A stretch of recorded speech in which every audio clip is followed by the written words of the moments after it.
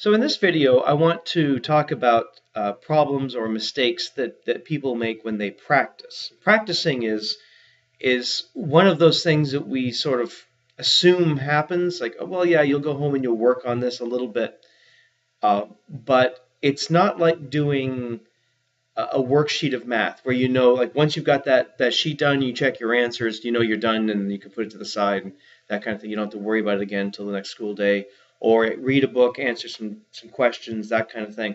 Practicing is one of these things where you have to develop your own best habits at it. And down the road, I'm going to have lots of resources on it because this is a really important topic to me, and I'm going to be really kind of developing it much more down the road.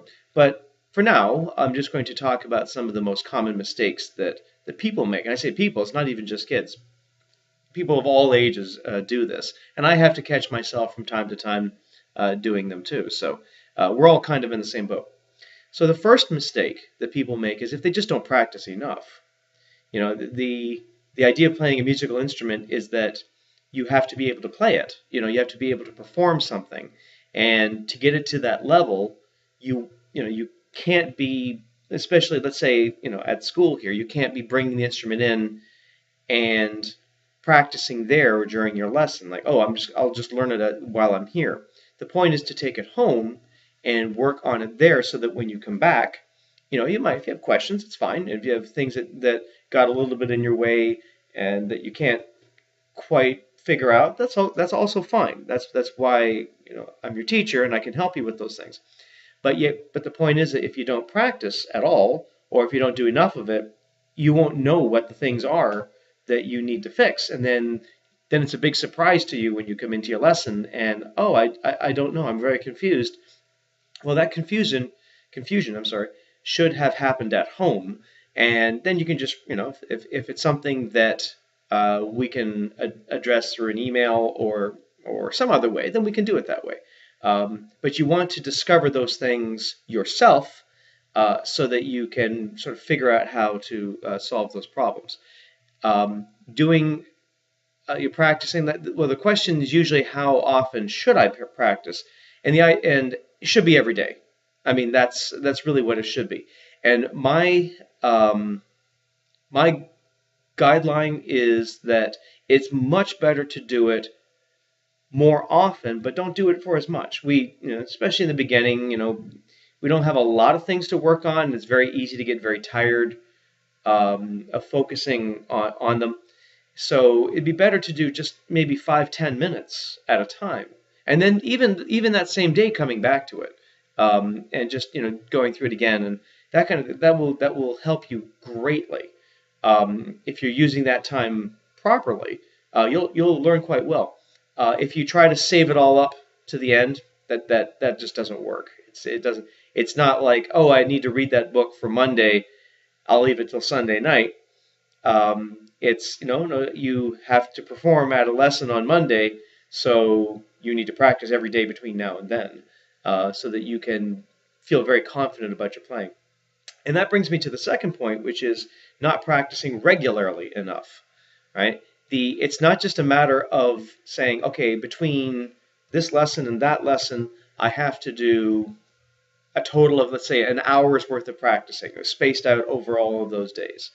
I'm just throwing that number out there. It could be more, could be less, depends what it is that you have to work on.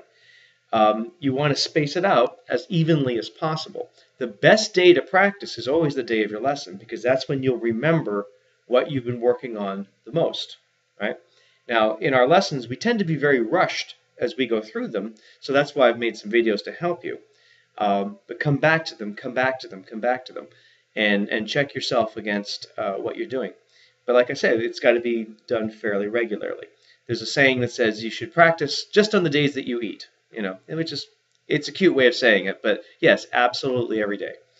One of the other things that is usually a problem when we practice is if we call it go through the motions. Like I'm just going to sort of play through it. I'm not really focused on it. I'm just kind of playing, and this usually happens once you're kind of sort of able to play the piece, and like I can kind of get through it, yeah, obviously it's not perfect and everything like that, but whatever. I'm just gonna, yeah, I'm going through it. That's enough, and that's never enough. I mean, because you're not really practicing. You're just kind of skimming through it. You're not really learning anything more about it, and it's almost kind of a waste of time to do it that way. It's better than nothing, but it's still not proper practicing. So don't do that. Um, the other thing too is as you're practicing, uh, we want to practice for consistency. That means being able to do things well over and over and over again. So if you play through one of the belt songs and you get through it and everything's good, well, that's great, but that's just one time, right? Because just because you get it the one time doesn't mean that you'll get it every other time. It's just, it's sort of a like, oh, I got it this one time, this one shot, and that was enough. Well, problem is when you come into your lesson, you're going to be more nervous. So you need to know it better when you're at home than when you're in front of other people to play, or when you're in the concert, and coming up in May, when you're in the concert and suddenly like there's all these people out in front of you. Now you get really nervous, and when you're nervous, you make a lot more mistakes. We all do. So we have to know the piece that much better. And sometimes, we have to be able to go kind of on autopilot a little bit. And the only way that you're going to possibly survive that, musically speaking at least, is to make sure you know it so well that if for some reason that you were a little distracted or you make a mistake, that you're just going to be able to keep going. Um, so that practicing for consistency is a very important thing. So if you do it well once, great.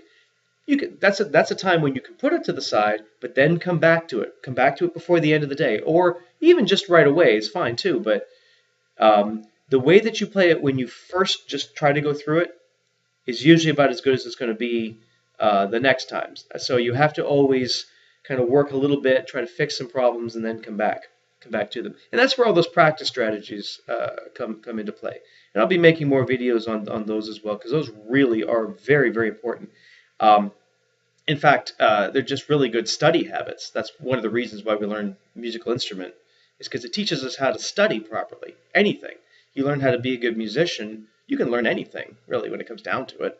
There might be, some limitations like that, but just the process is there. Okay, the fifth thing, the final thing, is if you don't review the things that you've already learned. So if let's say you're on Greenbelt, you're learning Old MacDonald, and I say, well, that's great. Let's hear Jim Along Josie. And like, oh, I don't remember that. Well, can you really say that you've learned it then? I mean, you played through it, but maybe just that one time, So for us to be able to learn songs really means being able to play them again. They don't have to be perfect every single time, but we want to be able to play them again and again. Like I think about those times when I was really young, and Grandma comes over and says, "Oh, play something on your violin for me, dearie," and like, okay, and and I could play what I was working on at the time, but then also it's like, oh, play something else. Okay, what else do I play? Other things I've learned. So you need to go back and review some of those things from time to time. And as an incentive to that, consider that when your concert comes, you will be going back and playing all of those songs again. So although we don't have the chance to always review them in lessons, please do go back and don't forget how to do Scroll and Shoulders, how to do Land of the Silver Birch, and those types of songs, because you'll do them better the next time. When you get to Purple Belt, you go back to Yellow Belt, but oh, this is so much easier now. And you can do it with the bow, and it's much more fun. Like now you're coming back to it as an advanced player, so that can be part of your practicing too. It's not always about learning stuff that's new.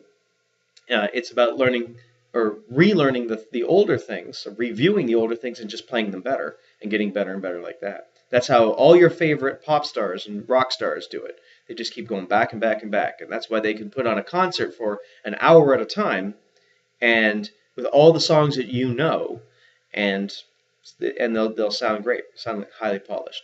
So those are the 5 things, and again, try to incorporate them and remember them as best as you possibly can. We want to have enough practicing. We want to do it regularly. We want to be focused on it, don't just go through it mindlessly. And you want to practice for consistency.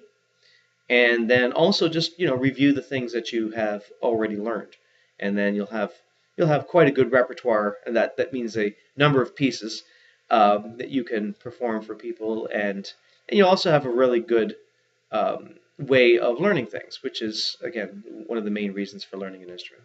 All right, take care.